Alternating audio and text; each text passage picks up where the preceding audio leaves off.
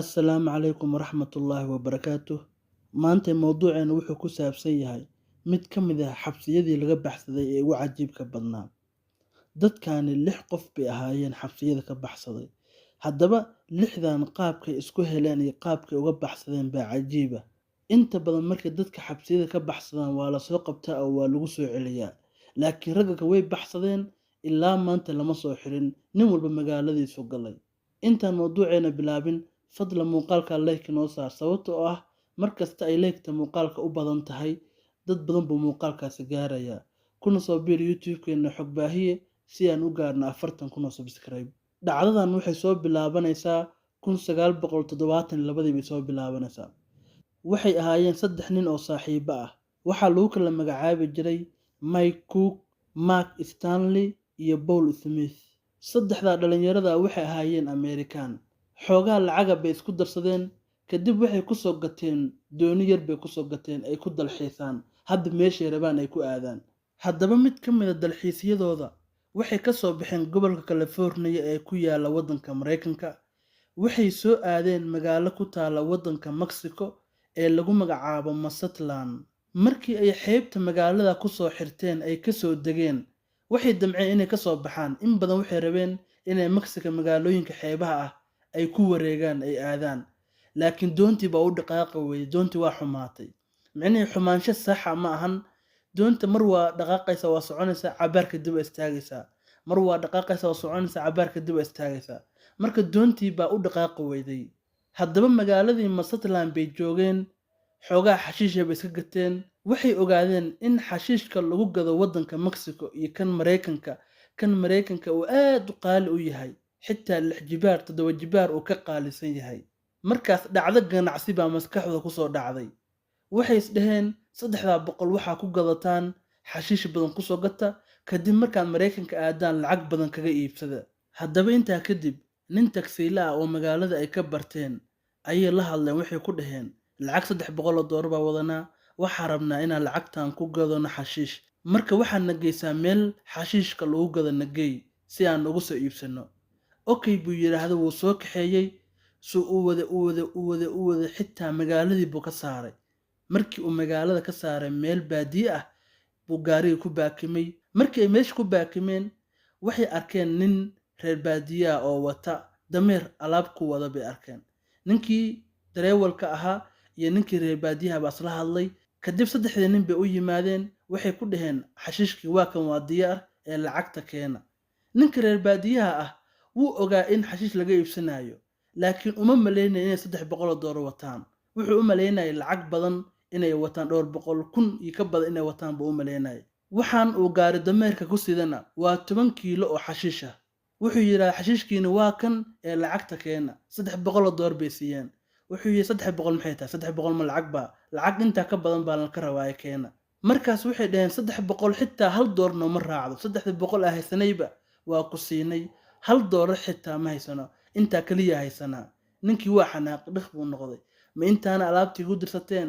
Alaab badan baa keena 3 kiilaan wadaa. Lacag inta ka badan baa la rabaa buu yiraahday. Waxay ku dhaheen hadda anaga lacagta ma dhalnaa, lacagta ma haysano. $300 kaliya haysanaa, wax kale ma haysano. Qaylo badan kadib markii dambe uu ka qaatay, wuxuu siiyay 10 kiilo oo xashiish ah. Gaarigay ku soo qaateen 10 kiilo hadde oo waliba aad u badan buu siiyay.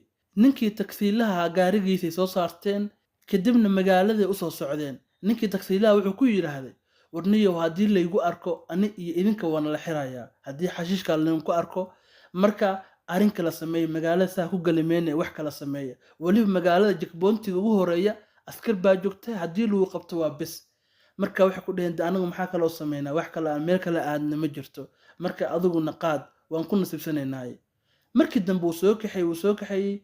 Markii magaalada ay saa u soo galeenba oo meel jaam ah, gaarigii si kaysa waxaa kaga soo horbaxay askar baa kaga soo horbaxday. Markaasay naxeen.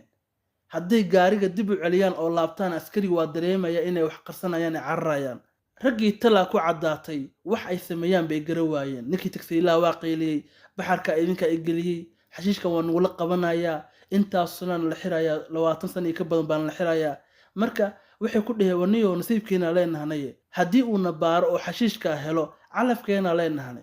haddii aan ka badbaadno una baari waayena dee alxamdulillah waa intaa u baahneen waaye kolley alxamdulillah ma dhihin inay dad gaale ay yihiin bay u badan tahay ma ogina gaale yihiin inay muslimiin yihiin laakiin alxamdulillah dee anaa iska dhahay adi calaa kulli xaal way ku nasiibsadeen gaarigii way soo kaxeeyeen askarigii ma baar si fiican u baar ayagoo la hadlay dareerku la hadlay si fiican u muusa baar wuxuu yidhi haa maxaa xagga uga socotaa magaalada u socnaa kadibna waa soo disan waxay la yaabeen sida fudud ay jigboontii kusoo dhaafeen bay la yaabeen runtii aad bay ula yaabeen nasiibkooday lahaayeen ugu dambayn waa soo baxeen xeebtay yimaadeen doonidii ay wateen ayaa looxyadii bay kor u qaadeen waxaas dhaheen haddii doonidan aad saartaan oo maraykanka saa ku gashaan haddiina la qabto waa bes xabsi baad laqaysaan marka alwaaxyada sare ee doonida intay fujiyeen bay xashiishkii meesha intay geliyeen bay ku alwaaxeen meeshaasi ku qariyeen doonidii hadda waa sugu fadhidaa lama arka inay xashiish wadaan waxay rabaan markii maraykanka ay saa u tagaan waliba gobolkooda california ay ka yimaadeen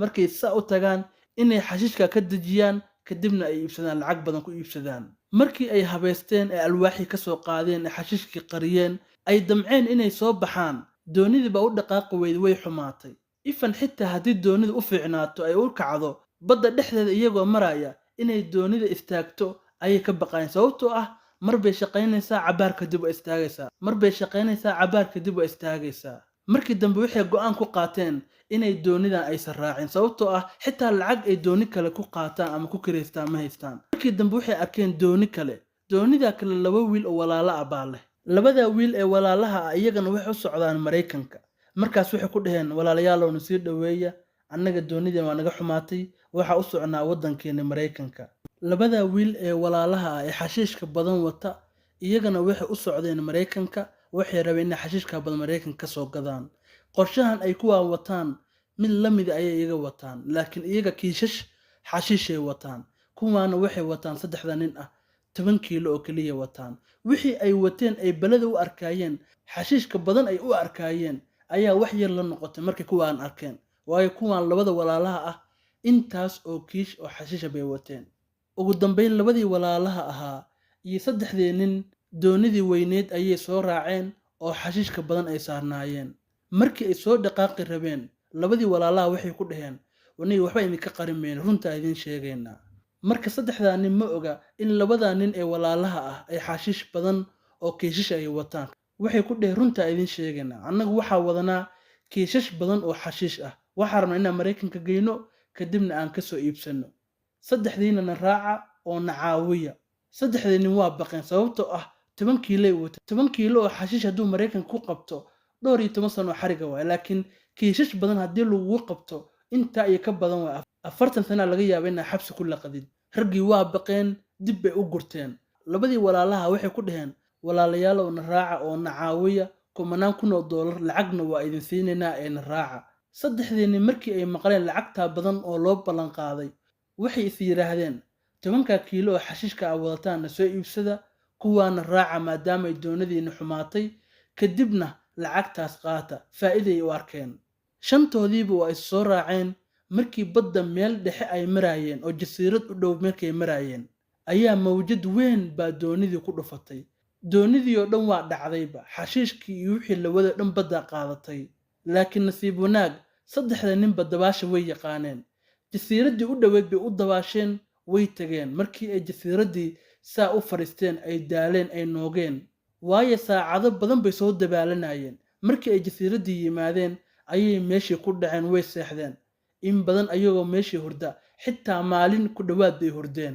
markii ay soo kaceen waxay arkeen xashiishkii kiishashka ahaa ay wadeen oo agtooda yaala way yaabeen bismillah waraa xashiishka sidee inoo soo raacay maxaase xashiishkan idin dabageliyey bay isdhaheen markaan xaaladdu waxay taagan tahay naftaada la baxsayaan lagugu arkin xashiishkan bay taagan tahay xaaladdu intaas taagan tahay wax kale ma taagna waayo xashiishka waa qoyay ma asturi karaan oo doonidii ay wateen badday ku xumaatay kadib waxay isdhaheen meeshaan balka carara laakiin waxay isdhaheen haddii ay carartaan waan la soo qabanaya waan la ogaanayaa kadib xabsi badan baa meesha ku laqaysaan marka intay xashiishkii soo qaadeen god bay u qodeen god aad u weyn way ku rideen goorta ku shubeen waxay damceen ku gubaan xitaa xashiishka qaar baa dibadda yaala oo godka deeqi waaye adiga intii ay godka ku rideen bay gubeen kadibna gaari halkaa ka socda bay arkeen laba nin bay u direen waxay ku dhaheen gaariyaashaas la soo hadal mana kaxaynayaan.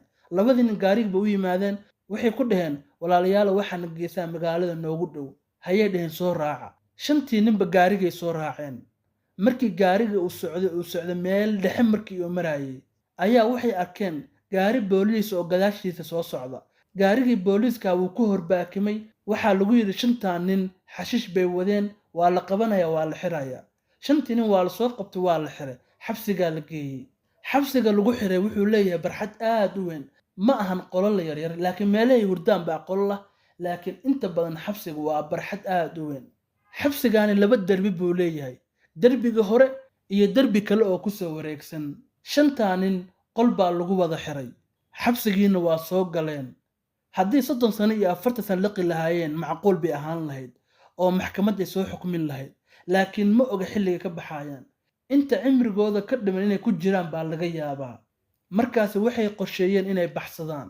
Cid soo booqanaysa ma jirto, cid ku dhahaysa ma jirto, intaas sano ku jiraysa ma jirto, sanado looma sheegin, waa la xiray oo kaliya. Markii ay meesha muddo ku jireen, waxay qorsheysteen inay baxsadaan. Haddaba qaabkay ku baxsanayaan?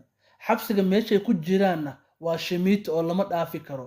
Waxay qorsheeyeen qolkii degayiin intay qodaan, godkaasna ay ka soo saaraan dibadda xabsiga, hadhowna halka ka baxsadaan.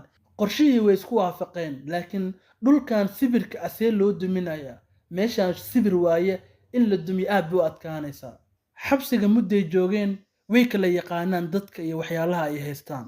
Marka nin xabsiga ku jira waxay ku arkeen isagoo haysta bir xoogaa af dhuuban leh. Ninkii bay u tageen, xoogaa lacaga bay siiyeen. Marka lacagta waxaa wata labada wiil oo walaalaha ahaa. Inta badan xabsiga in lacag lala galo waa mamnuuc, laakiin iyaga ma aqaan sababta lacagta looga qaaday, waa nasiib bay lahaayeen. Marka labada wiil ee walaalaha ah baa lacag watay. Ninkii bay u tageen, lacagtii bay siiyeen, waxay dhaheen birtaan si oo naga iibso. Way ka iibsan, isagana wuu qaatay. Lacagtiisii buu qaatayo xashiishii waxaas ku soo gatay. Shantii nin birtii bay heleen ay ku dumin lahaayeen, laakiin aad bay ugu dhibaatoodeen in shimidkaas sare ay dumiyaan.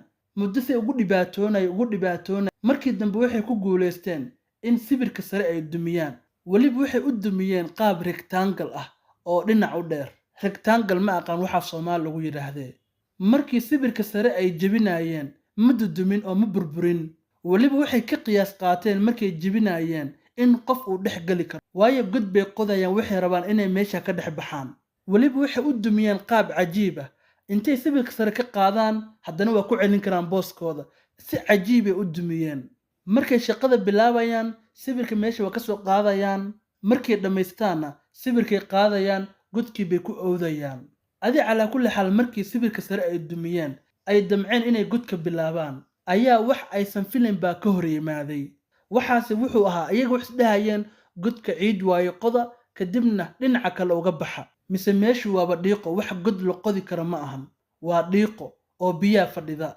Runtii markii arrinkaas ay arkeen, aad iyo aad bay u niyad jabeen sababtoo ah meeshu waa dhiiqo, waa biyo, dhiiqana lama qodi karo. Waxay yaqiinsadeen inaysan xabsigan ka baxeen oo weligood halkaa ku jirayaan. Shantii nin niyad jab weyn baa ku soo korodhay runtii. Wayna ka niyad jabeen inay godka qodaan. Godkana ma aha wax la qodi karo oo meesha waa dhiiqo. Sibirkii bay ku celiyeen, waxay yaqiinsadeen inay meesha isaga jiraan. Markii loo yimaado oo laga saaro bay ka bixi karaan, waxay damceen intaa kale inay isaga jiraan.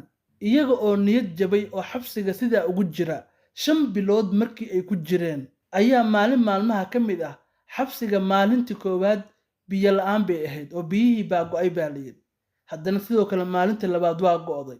Haddana maalintii saddexaad way go'day. Maalintii afraad bay biyuhu soo dhaceen. Askartiina waxay dhaheen raali noqda, biyaha tuubadii baa go'day, hadda waa la hagaajiyey, marka biyaha waa caadi, hadda waa isticmaali kartaan. Labada wiil ee walaalaha ma ahan saddexda nin, ninkii hogaaminay oo lagu magacaabo Mike Cook wuxuu ahaa nin aad iyo aad u maskax badan. Wuxuu ku yiraahday raggii, war biyahan furmay oo la sheegay xabsiga. Meeshan qodaynayso lagama yaabo dhiiqada iyo biyaha waxa keenaya in tuubada ay furantay. Haddeerna muddo ka soo wareegatay, bal aan eegno. Shimidkii meesha ku aasnaa bay ka soo qaadeen, way eegeen mise waxay arkeen ciidii oo adkaatay. Runtii aad iyo aad bay u farxeen. Waxaan is dhihi karaa micnihii farxaddii ugu weyneed ee noloshooda arkaan waayo markii hore waa quusteen oo waxay is dhahayeen xabsigan baa ku dhamaysanaysaan inta noloshiina ka hartay laakiin hadda rajay yeesheen waxay rajo ku yeesheen hadda way ka baxsan karaan awalka hore dhiiqo iyo biyaba meesha ka buuxday hadda ciiddii waa adkaatay oo way qodi karaan xabsiga dhinaca kalena waa uga bixi karaan markaasi hawshii bay bilaabeen maalintii 18 saac bay godka qodayeen marka hore 1 mitir iyo bar oo dherer ah bay hoos u qodeen kadibna dhinacay u qodeen way isku badbedelayeen godka laba nin baa galaysa midna ciidu soo qaadaya midna waa qodaya ragga kalena dibadday fariisanaya hadday jugjug maqlaanna waxay leeyihiin war jugjugta waa la maqlaayay tartiibiya ninka godka qodaya markuu daalo ninka la bedelaya saasay ku wadeen muddo say godkii u wadeen markii meel fiican ay marinayaan mid ka mid ah ninkii godka qodayay baa waxa uu birtii ku dhuftay meel tuuba ah tuubadan ay ku dhufteen ay jabiyeenna waxa waaye waa tuubada weyn ee suuliyaasha oo dhan ka soo baxda tuubada weyn ay isugu yimaadaan saxarada iyo kaada ay isugu yimaadaan bay ahayd marka tuubada weyn bay jabiyeen hadda arinku wuxuu u muuqdaa inuu fashilmaayo waayo haddii tuubadatan godka ay soo buux dhaafiso qolkay soo galaysaa biyaha xabsiga oo dhan bay galaysaa khatar waaye midda kale ur qarmuunna oo saa'ida baa ka soo baxaya xitaa qolka godka laga qodaayay urka waa soo gaaraya oo waa laga dareemaya markii dambe nimankii waa ka soo baxeen godka qodaayay qof gala oo tuubadaas soo xira baa la waayay way isku dhiibdhiibayeen waxay dhahayeen adiga gal may adiga gal bay isdhahayeen mid ka mid ah wuxuu yidhaa war haddaan saa ku eegano tuubadan biyaho dhan waa soo baxaysaa qolka xabsigay soo galaysaa hadhowdi waa nala fahmayaa marka intaysan tuubada biyo badan ka soo bixin aan ka gaarno shimidkaas aan ku asturno oo meeshaan jebinay aan ku daboolno adigu waa isku dhidhibe may adiga gal bay dheheen markii dambe nin beeni la dhihi jiray oo xabsiga ku jiri jiray ninkii bay u yeereen waxay ku dhaheen annagu waxaan qorsheynaynaa inaan xabsigan ka baxno marka annagoo godkii qodaynaa baa tuubadii weyn ee suuliyaasha aan jebinay si kaliisa bay ku jabtay annagoon ogeyn marka meesha soo dabool oo soo xir waxay dhaheen adigana wax kale ha noo qaban soo dabool oo soo xir kadibna iska tag maalintaan xabsiga ka baxsanayno baan kuu yeeraynaa oo waa nala baxsanaysaa wax kale ha qaban kaliya tuubadaa soo xir markii uu qolkii soo galay mise qolka markaas saa u soo gashidba urkiisa halkaas lagu dhufanaya inaad godka gashid warkiisa badaaye qolka markaas soo gashid baa urkiisa halkaa lagu dhufanaya wuxuu damcay inuu godka galo mise halkaasaa lagu dhuf wuxuu yidhaha maya ma awoodi karo haddaan godkan galo waxa ka baqaya inaa ku dhintaa ka baqaya idinka in la baxsadaa sheegaysaane inaa ku dhintaaba laga yaabaa waxay ku dhaheen wax kale ha noo qaban markaa baxsano lacag fiican iyo xashiishna waa ku siinaynaa markaan baxsanaynana waana raacaysaa ee noo soo xir kaliya ninkii markii uu ogaaday in lacag loo ballan qaaday iyo xashiish badanna la siinaayo waliba intaa ay u raacsan tahay inuu la baxsanayo xabsigaana uu ka baxsanayo markaas ayuu go'aansaday isagoo calooshiis haya inuu godka gal soo xiro godkii buu galay sibir buu qaatay meeshii jabtay buu kusoo daboolay kadibna waa ka soo baxay wuxuu yidhaahday shaqadeeda waa qabsaday markaa baxaysaan ila soo socodsiiya hayay ku dhaheen markii qoyaankii badnaa uu yaraaday ayay bilaabeen inay godka qodaan waliba si degdeg ah ay ku qodaan sababtoo ah haddii la arko waa bes waxa isweydiinaysaa ciidda ay godka ku qodaan xaggee geynayaan meel ay geeyaanna ma jirto haddii dibadda ku daadiyaanna waa la arkaya oo maxaabiista arkaysa iyo askarta hadhow waa la qabanayaa oo waa la ogaanayaa marka waxay samayn jireen sariirta hoostiisa ayay ciiddaa ku guri jireen godkii bay wadeen ogow qiyaasna waa ku socdaan siday godkii ku wadeen ay u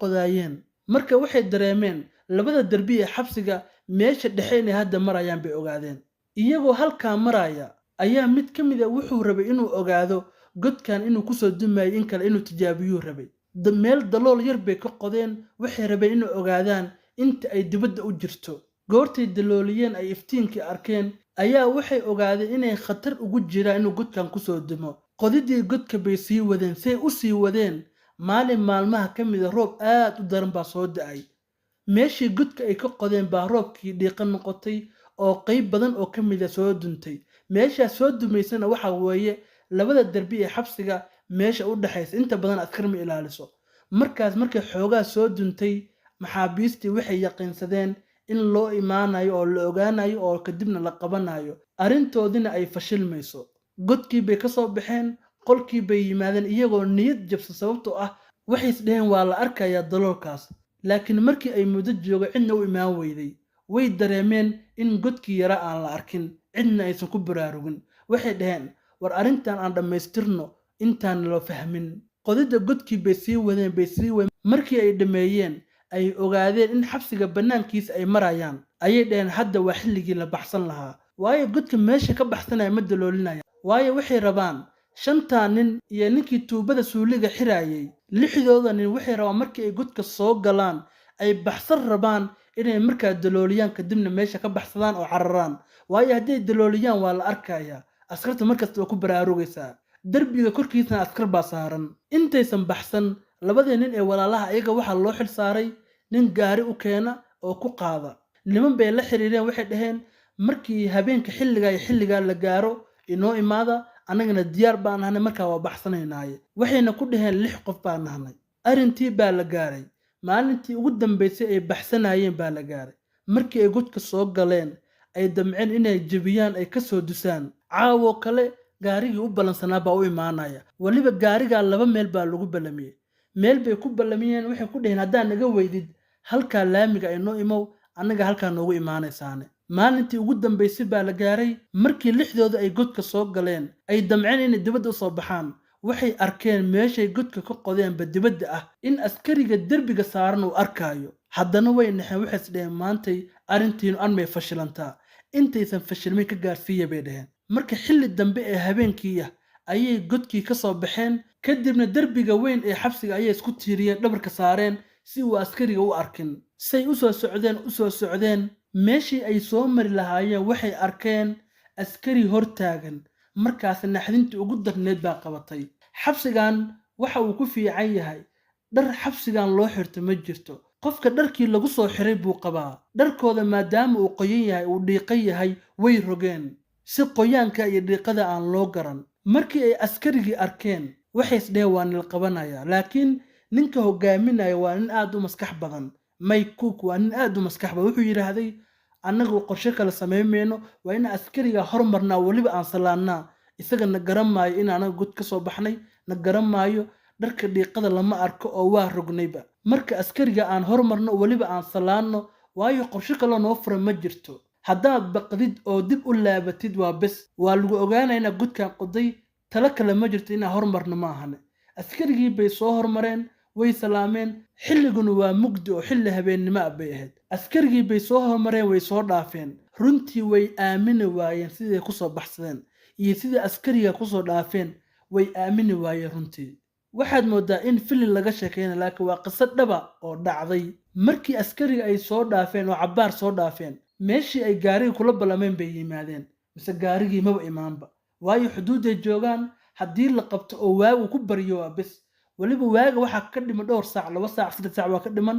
haddii waaga uu ku baryo waa bes waa la qabanayaa waa la xirayaa. labadii nin ee walaalaha baa la canaantay. waxaa lagu yiraahday idinka gaariga noo qaabilsanaa maxaa raggii aad la balanteen aawaye. way ku qeeliyeen waxay dhaheen war waa imaanayaan suga. muddo goortay sugayeen wuxuu ku yiraahday meel kalaan kula balamay oo laamiga ah markii inakee laamigan aadne. laamigii bay istaageen iyagoo laamigii socda baa waxay arkeen gaari leelkiisa bay arkeen. markaas ayay naxeen waxay dhaheen waa booliiskii waan la qabanaya waan la xiraya. markaas labadii walaalaha waxay dhaheen war waxba ha baqanin waxa laga yaabaa gaarigii aan la balanay inuu yahay. gaarigii bay aadeen mise waa gaariga la balameen. way soo raaceen way ka soo tageen xabsigaana waa ka soo baxsadeen. ninka beeni la dhaho oo dii ninka 6aad ah oo tuubada soo furmatay xiraayay wixii lagula balamay waa la siiyey. lacagtii waa la siiyey xashiishkiina waa la siiyey isagana waa ka soo tagay oo xuduudu kaga degay dambi say iskuma ogeen. labada nin ee walaalaha waxaan u maleynaa magacyadooda idin soo sheegin laakiin muhiim ma ahan. labada nin ee walaalaha inaa dhaho bay ahayd. calaa kulli xaal qisadu hadda waa dhamaatayba. labada nin ee walaalaha magacyadooda waxaa la kala dhahaa Frank Sierra iyo Dank Sierra. iyaga koonfurta Mexico ku hareen. saddexdii nin ee Ameerikaanka ahaana iyagana Mareykanka galeen waayo dambiile kama ahan. wayna qoran yihiin waana la og yahay inay Ameerikaan yihiin. marka Mareykanka galeen iyagana Mareykankooda ku noolaadeen. haddaan ku dhaho 6 nin ee soo baxsatay midna lama soo qaban. iyaga waayo dambe ka sheekeeyay laakiin midna lama soo qaban runtii dhacdo aad u cajiiba bay ahayd. mawduuceena intaas ku eg yahay. والسلام عليكم ورحمة الله وبركاته.